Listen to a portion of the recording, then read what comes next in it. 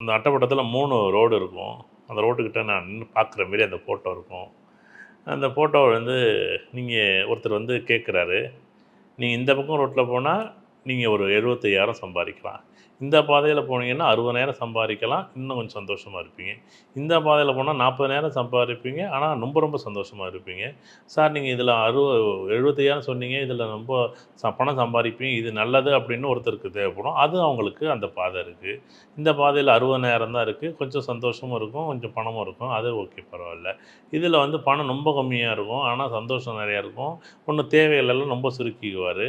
ஒவ்வொருத்தரும் ஒவ்வொரு விதமான பாதைகள் இருக்கும், அணுகுமுறைகள் இருக்கும், தேவைகள் இருக்கும், வாழ்க்கையோட நடைமுறை வாழ்க்கை இருக்கும். இப்படி வந்து 3 விதமான பாதைகள வந்து அந்த அட்டை படத்தில நான் பதிவு பண்ணியிருக்கணும் 1. அது அந்த இடத்துல நான் வந்து நிக்கணும் அப்படிங்கிறது என்னுடைய ஒரு என்ன ஆகும்னா, எல்லாருமே இந்த குரு அப்படிங்கிறது வழிகாட்டணும். ஏதோ ஒரு ரூபத்தில மக்களுக்கு இந்த புத்தகம் வழிகாட்டணுங்கிறதுக்கு அந்த இடத்துல இருந்துச்சு. அந்த காலத்தில் பயணம்ங்கிறது வந்து அ அந்த அட்டையில வந்து 3 பகுதிகளா பிரிச்சிருப்போம். அது வந்து கொஞ்சம் நுண்ணியமா பார்க்கணும். அத யாராச்சும் பார்க்குறாங்களா அப்படிங்கிறத. ஏன்னா அதுக்கு பிறகு நெறைய விஷயம் இருக்கு. சொல்லக்கூடாது. அந்த அட்டப்படத்தில இன்னும் நெறைய விஷயங்கள் இருக்கு.